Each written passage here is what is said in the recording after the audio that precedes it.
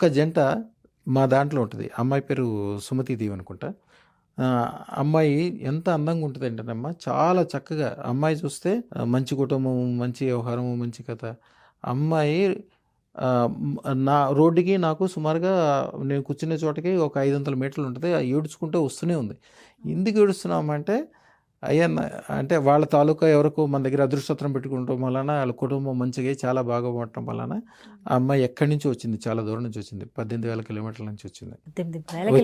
వచ్చి ఆవిడ ఏరోప్లేన్ నుంచి దిగిన తర్వాత జెట్ లాగ్ కూడా పోలేదు ఆడికి.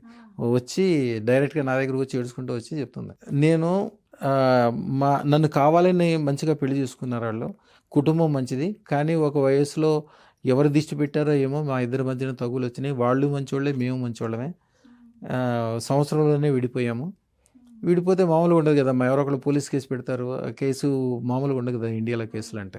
ఇది చాలా ఇబ్బందులు ఏర్పడినాయి. కానీ నాకు అర్జెంటుగా నా భర్తను కలవాలని ఉంది అని అంటే, వాళ్ళ భర్త అసలు ఎక్కడ ఉన్నాడో తెలియదు. ఆ కేసులకు భయపడి ఆయన ఎక్కడికి వెళ్ళిపోయాడు. ఆయన వేరే దేశం వెళ్ళాడు. ఈ అమ్మాయి వేరే దేశం ఉద్యోగానికి వెళ్ళిపోయింది. వాళ్ళ పిల్లోడేమో ఈ అమ్మాయి తల్లిదండ్రుల దగ్గర ఉన్నాడు. ఒక పిల్ల ఇక మొత్తం కుటుంబం అంతా విచ్ఛిన్నం అయిపోయింది. ఎవరైతే ఇలా భర్త ఉంటాడో వాళ్ళ భర్త తమ్ముడు కూడా పోలీసులకు అడ్రస్ చెక్కకూడదని వేరే చోటకి వెళ్ళిపోయాడు. ఆడపడుచులు లేరు, ఎవరు లేరు. అప్పుడు మా దగ్గర ఒక మంత్రం ఉంటుందమ్మా, అదృష్టం వేసుకున్నాక కలసర్ప దోషం పోతుంది. అంటే ఎవరికైతే కుటుంబ కలహాలు, ఇలాంటి భార్యాభర్తల మధ్య తగాదాలు ఇలాంటివి ఉన్నాయో వారు మిమ్మల్ని సంప్రదిస్తే అదృష్టరత్నం ద్వారా ఒక పరిష్కారం అనేది చూపిస్తారు. బ్రహ్మాండంగా 3 రోజుల్లోనే అమ్మాయికి ఇచ్చి, అమ్మ 3 రోజుల్లో నువ్వు ఎక్కడికి వెళ్ళమాకు, ఇక్కడే బంధువుల ఇంట్లోనో మీ తల్లిదండ్రుల దగ్గర ఎక్కడో ఉండమని చెప్పి మంత్రం ఇచ్చాము. వశీకరణ మంత్రం అంటారు అది.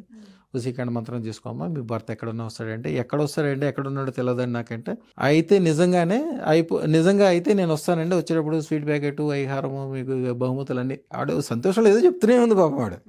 ఆవిడ చూడంగానే చాలా సంతోషపడింది, చెప్తూనే ఉంది. సరే, ఆవిడ నెల రోజుల తర్వాత వచ్చింది. నెల రోజుల తర్వాత వచ్చి ఏం చెప్పిందంటే, స్వామి నేను 3 రోజుల్లో వద్దాం అనుకున్నా. వాళ్ళ హస్బెండ్ని కూడా తీసుకొచ్చింది. హస్బెండ్ని, పిల్లోడిని తీసుకొచ్చింది. ఈ అమ్మాయి వాళ్ళ తల్లిదండ్రులు కూడా వచ్చారు. వాళ్ళు ఇప్పుడు సెటిల్ అయ్యారు. ఈ తగులు ఉండకూడదు, భార్యాభర్తలు ముఖ్యమనేది వాళ్ళకు కూడా ఇప్పుడు వచ్చింది. వాళ్ళు అందరూ వచ్చారు. ఆయన 3వ రోజున వీళ్ళ అమ్మాయి ఎక్కడ ఉంటుందో వాళ్ళ తల్లిదండ్రులు ఉంటే, తల్లిదండ్రులు యాక్చువల్గా ఈ అమ్మాయి ఇక్కడ లేదనుకున్నాడంట. ఆయన తల్లిదండ్రుల దగ్గరికి వెళ్ళి క్షమాపణలు అడిగి, మీరు ఏం చేస్తారో తెలియదు, మా ఇద్దరిని కలపండి అని అడగడానికి వచ్చాడంట. ఆయనకి రాత్రిపూట నిద్ర పట్టలేదంట. ఆయన ఇక్కడికి ఉండేసి 600 కిలోమీటర్ల దూరంలో ఉంటాడు. ఆయన రాత్రిపూట వచ్చి అత్తగారి ఇంటికి తలుపు తడతా ఉన్నాడు. రాత్రిపూట ఎవరు ఎత్తరెత్తరగడ తలుపు తడుతున్నాడని చూస్తే అల్లుడు వచ్చి తలుపు తీసి చూస్తే భార్య కూడా అక్కడే ఉంది. ఇక ఆయన సంతోషం కాదు, మీరు ఏం చేస్తారో, జైల్లో పెడతారో, పోలీసులతో కొట్టిస్తారో మీ ఇష్టమే, కానీ మీ ఇద్దరు కలిసి ఉండాలి, మీకు ఏం కావాలంటే అదే. మనకు ఆస్తులు లేవా, పాస్తులు లేవా, మనం 10 తరాలకి సరిపడా అన్నీ ఉన్నాయి మాకు, నీకు ఇష్టం వచ్చినట్టు చేసుకో, నీదే ఇష్టం, కానీ నువ్వు నాతో ఉండాలి, లేకపోతే నేను నీతో ఉంటాను. ఒకటే మాట మాట్లాడుతున్నాడు. ఆ తర్వాత అట్లా రాత్రి అంతా మంచిగా మాట్లాడుకున్నారు. తెల్లారిళ్ళు దేశం మొత్తం తిరగడానికి సరదాగా వెళ్ళారు. వాళ్ళ హనీమూన్ అప్పుడు చేసుకోలేదు, ఇప్పుడు చేసుకున్నారు.